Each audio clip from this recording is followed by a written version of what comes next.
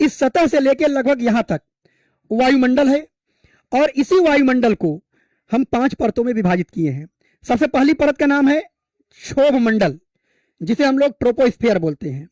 दूसरे परत का नाम है समताप मंडल, जिसे हम लोग स्ट्रेटोस्फियर बोलते हैं। तीसरी परत का नाम है मध्य मंडल, जिसे हम लोग मेसोस्फियर बोलते हैं।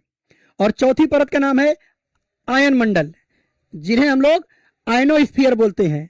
और इसके बाहर जो हमारी 5वीं परत है उसे हम लोग बोलते हैं बहिर्मंडल, यानी सबसे बाहरी परत, इसे हम बहिर्मंडल बोलते हैं, यानी सबसे बाहरी परत, यानी एक्सपोस्फियर।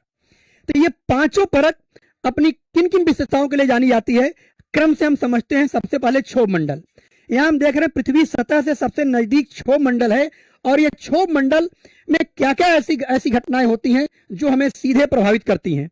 सबसे पहले हम जान लें, सतह से यहां से लेकर हम यहां तक क्षोभ सीमा तक, क्षोभ मंडल की ऊपरी भाग को हम क्षोभ सीमा कहते हैं, यानी इसके बाद समताप मंडल शुरू होता है।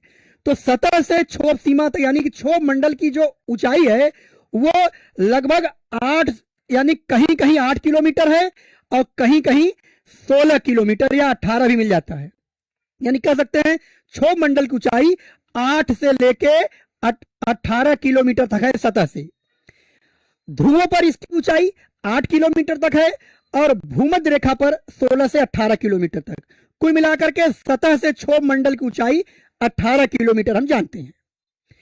इसी क्षोभ मंडल में यानी कि समस्त मौसमी परिवर्तन, आप चित्र में देख रहे होंगे, यहां पे बना हुआ बादल, समस्त मौसमी परिवर्तन इसी में होता है। बिजली का गरजना, बादल, वर्षा, ओहरा, कोस, मतलब ओस, पाला, यानी जितने भी मौसम के परिवर्तन होते हैं वो सभी हमारे इसी क्षोभ मंडल में होते हैं।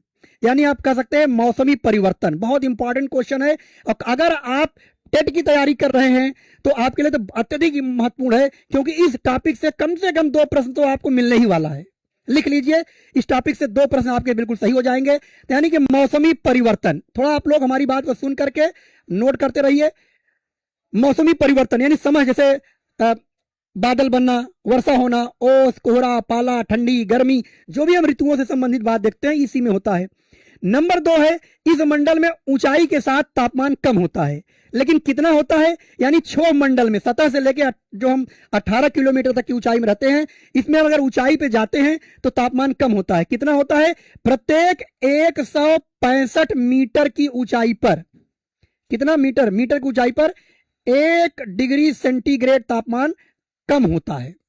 ये ध्यान रखना, प्रत्येक 165 मीटर की ऊंचाई पर 1 डिग्री सेंटीग्रेड तापमान कम होता है। ये ध्यान रखना, कई बार ये प्रश्न आपसे पूछा गया है। अब हम अगले प्रश्न की ओर आते हैं कि इसी क्षोभ मंडल में समस्त जितना भी वायुमंडल में गैसें हैं, इस मंडल में संपूर्ण गैसों का 75% गैसें इसी मंडल में पाई जाती हैं, अर्थात क्षोभ मंडल में पाई जाती हैं। यानी वायुमंडल की कुल गैसों का 75% हिस्सा इसी में पाई जाती हैं। एक पॉइंट आप लिखना, 75%। और पूरे वायुमंडल में जितना भी जलवाष्प 0 से लेकर 4% तक का जलवाष्प होता है, कुल जलवाष्प का 99% जलवाष्प इसी में पाया जाता है। ध्यान रखना, 99% जलवाष्प इसी वायुमंडल यानी इसी क्षोभ मंडल में पाया जाता है। कुल गैसों का 75% इसी में पाया जाता है, ध्यान रखना। और इस क्षोभ मंडल की एक विशेषता और है, सबसे अधिक वायुदाब, यानी कि सबसे ज्यादा वायुदाब यानी सबसे ज्यादा, कभी आ जाए किस मंडल में सबसे ज्यादा वायुदाब है, यानी वायु का प्रेशर, हवा का दबाव इसी मंडल में पाई जाती है। तो क्षोभ मंडल की इतनी महत्वपूर्ण विशेषता है।